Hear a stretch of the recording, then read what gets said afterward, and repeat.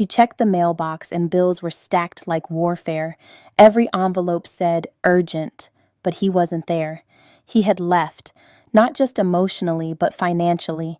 She was still in the covenant, but now carried the full weight that he saw as a contract he once vowed to shoulder with her. This wasn't a contract. This was a covenant consecrated by heaven. Contracts have exit clauses. Covenants have altars. And when you walked out, you didn't just leave the bills, you left the blood. He disconnected the provision and redirected it to the strange woman. He left light bills on his wife's desk while he was lighting candles with someone else. He said, "I just need peace."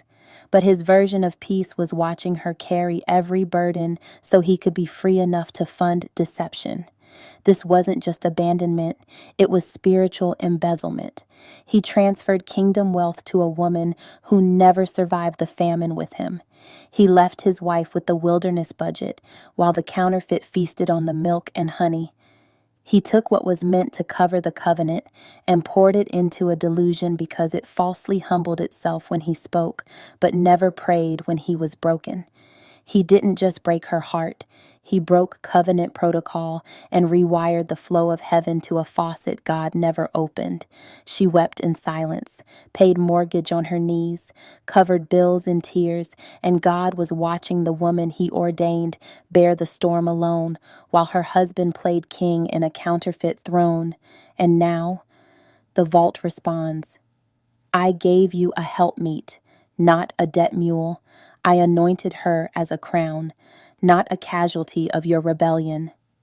You redirected provision to a soul I did not ordain, and I will dry the river until your repentance breaks the chain. You didn't just leave, you rewrote alignment, and until you return to covenant order, the vault shall remain sealed." God watched as every transaction left the account meant to sustain the covenant, but instead funded the counterfeit. He thought the money was his, but the moment she became the other woman, the funds entered enemy jurisdiction.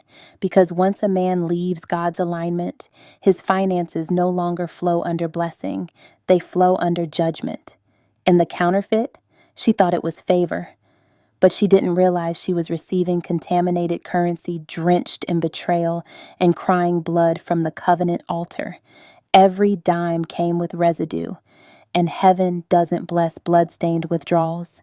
Abel's blood cried out from the ground. So did hers. Because the wife's tears, the sleepless nights, the unpaid bills became a spiritual